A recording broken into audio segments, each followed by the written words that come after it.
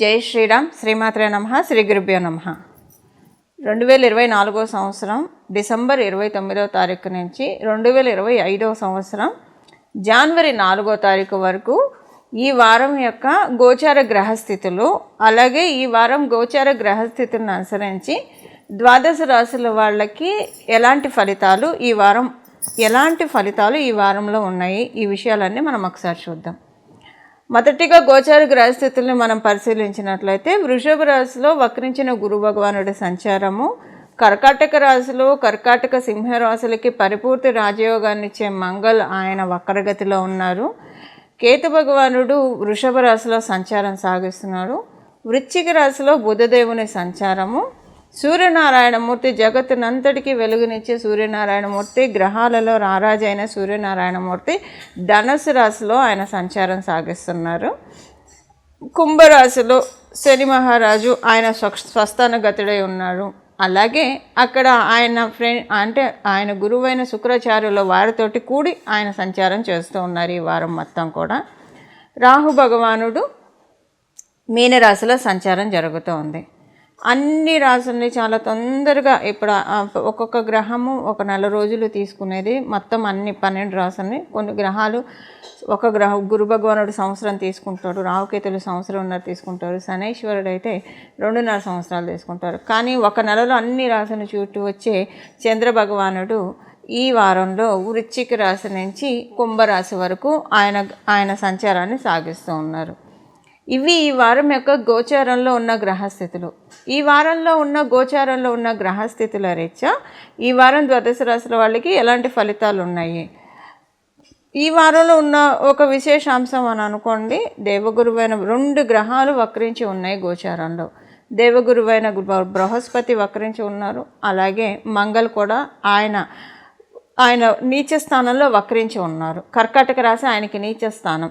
అందులో వక్రించాడంటే, నీచ స్థానంలో వక్రించాడంటే అది మనకి ఉచ్చ స్థానంతో సమానంగా మనకి పరాశర సంహితలో ఉన్నది. అలాగే శని శుక్రులు వీళ్ళిద్దరూ కూడా కుంభరాశిలో సంచారము. ఇవన్నీ కూడా గోచారంలో చాలా విశేషాంశాలు అని చెప్పాలి. వీటి వల్ల అసలు మనకి ద్వాదశ రాశుల వాళ్ళకి ఎలాంటి ఫలితాలు ఉంటాయి. ఇప్పుడు ఇవి మీ జన్మ జాతకం బాగా ఉందనుకోండి, అంతా బాగానే వెళ్ళిపోతుంది. ఒకవేళ గోచారంలో బాగోకపోయినా మీకు పెద్దగా ఎఫెక్ట్ పడదు. ఎప్పుడు ప్రాబ్లం వస్తుందంటే, గోచారంలో బాగుంది ప్రస్తుతం, గోచారంలో బాగున్నప్పుడు మీ జన్మ జాతకంలో బాగాలేదనుకోండి, అప్పుడు గోచారం మిమ్మల్ని కొంతవరకు కాపాడుతుంది. అంటే అంత ఎక్స్ట్రీమ్ సిచ్యువేషన్స్ని చూడనీయకుండా సేఫ్ గార్డ్ చేస్తుంది చాలా.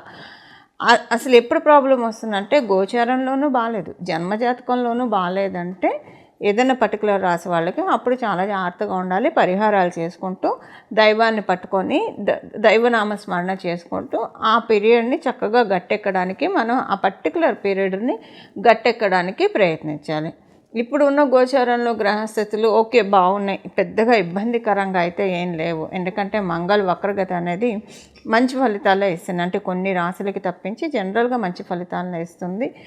శశి శుక్ర యోగం కూడా చాలా మంచి ఫలితాలను ఇస్తుంది.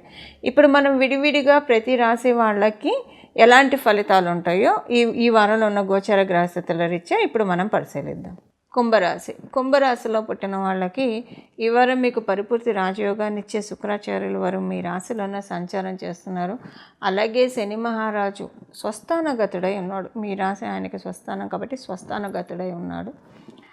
మిగతా గ్రహస్థితులు కూడా మనం పరిశీలిస్తే కనుక అనుకూలంగా ఉంది. ఇక్కడ ఏంటంటే, మీకు కనుక ఈఎన్టీ ప్రాబ్లమ్స్ ఏవైనా ఉంటే వాటిల్లోంచి మీరు నెమ్మదిగా బయటికి రావడానికి ఆ చక్కటి అవకాశం ఉంది. ఈఎన్టీ ప్రాబ్లమ్స్ అన్నిటి నుంచి ఈఎన్టీ ప్రాబ్లమ్స్ అనే కదా, హెల్త్ ప్రాబ్లమ్స్ ఏవైనా ఉంటే కనుక వాటి నుంచి మీరు క్యూర్ అయ్యే సమయం, హీల్ అయ్యే సమయం ఇది.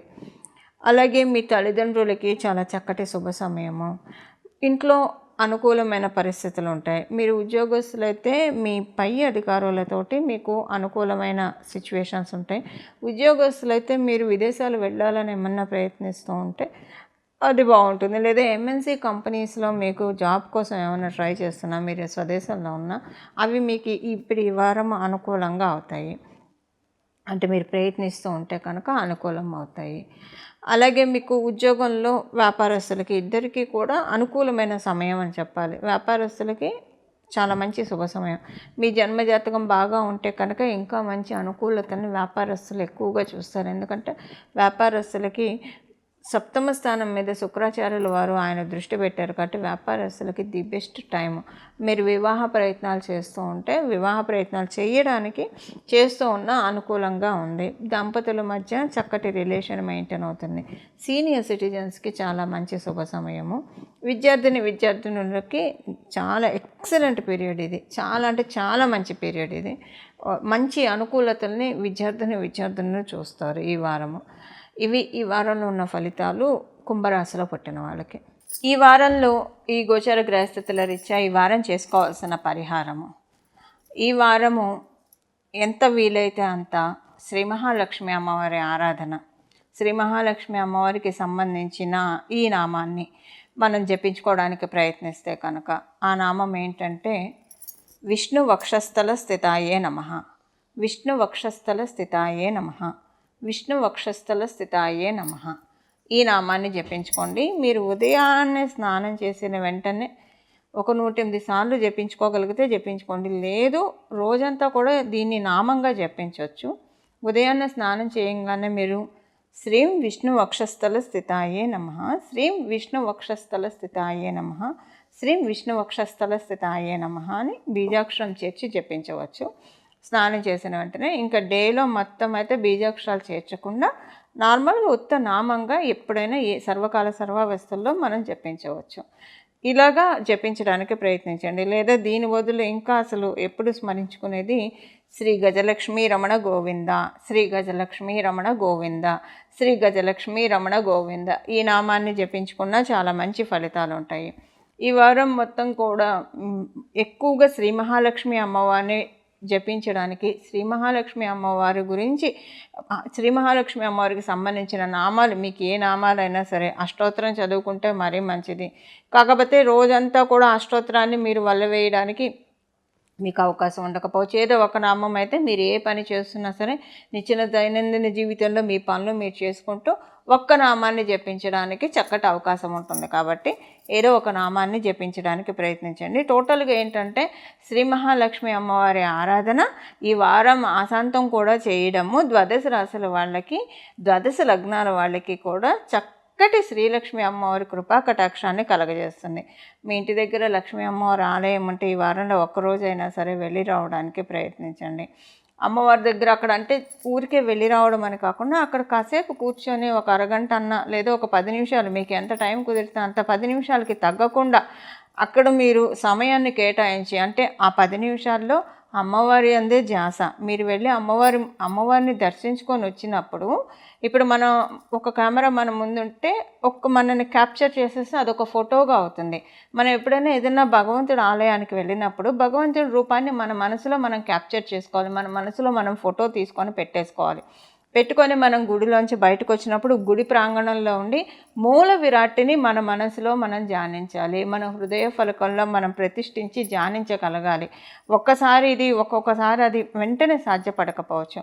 మనం ఆచరణలో పెడుతూ ఉంటే సాధనాత్ సాధ్యతే సర్వం. మనం ఆచరణలో పెట్టుకుంటూ వెళ్తే డెఫినెట్గా అది సాధ్యమవుతుంది. సో మూల విరాట్ని చూసి దర్శించుకొని అమ్మవారి యొక్క రూపాన్ని మన మనసులో ప్రతిష్ఠించుకొని గుడిలోనే కూర్చొని కనీసం ఒక 10 నిమిషాలకి తగ్గకుండా అమ్మవారినే ధ్యానించండి. అమ్మవారి యొక్క రూపాన్ని ధ్యానించండి. అమ్మవారి యొక్క హృదయాన్ని తెలుసుకోవడానికి ప్రయత్నించండి. శ్రీ మహాలక్ష్మి అమ్మవారి హృదయము శ్రీమన్నారాయణుడే. శ్రీమన్నారాయణుడిని చేరుకోవడానికి అమ్మవారు మనకు ఒక చక్కటి బాటలు వేస్తారని చెప్పడంలో ఏమాత్రం సందేహం లేదు. ఈ వారం శ్రీలక్ష్మి అమ్మవారి కృప మనకి చాలా చక్కగా ఉంది. గోచారంలో శుక్రాచార్యుల వారు కుంభరాశిలో సంచారం చేస్తూ అందరికీ కూడా శ్రీలక్ష్మి అమ్మవారిని అంటే మీ జన్మ జాతకాలను అనుసరించి శ్రీలక్ష్మి అమ్మవారి యొక్క కృప ఎక్కడైతే మీకు అమ్మవారి ఆశీస్సులు కావాలో ఆ పర్టికులర్ ప్రదేశంలో ఖచ్చితంగా అమ్మవారి ఆశీస్సులు అందరికీ దక్కుతాయి. అవి దక్కడానికి ప్రయత్నపూర్వకంగా మనం చేయాల్సిన విధి ఏంటంటే ఈ వారం అంతా కూడా అమ్మవారిని ధ్యానించడము, అలాగే ఒక్కరోజు అమ్మవారి ఆలయానికి వెళ్ళి ఇప్పుడు మనం చెప్పిన విధి విధానంలో చేసుకోవడము. దీనివల్ల ఏంటంటే ఈ వారం తర్వాత ఈ వారంలో వచ్చే అమ్మవారి ఆశీస్సులు మనకి రాబోయే రోజుల్లో ఏం ఆశీస్సులు తీసుకున్నామన్నది మనకు అర్థమవుతుంది. ఈ విధంగా మనం అందరం కూడా శ్రీ మహాలక్ష్మి అమ్మవారి కృపకి పాత్రలు అవ్వాలని చెప్పి మనస్ఫూర్తిగా అమ్మవారి చరణాన్ని ప్రార్థిస్తూ మంగళం. నమో భగవతే వాసుదేవాయ.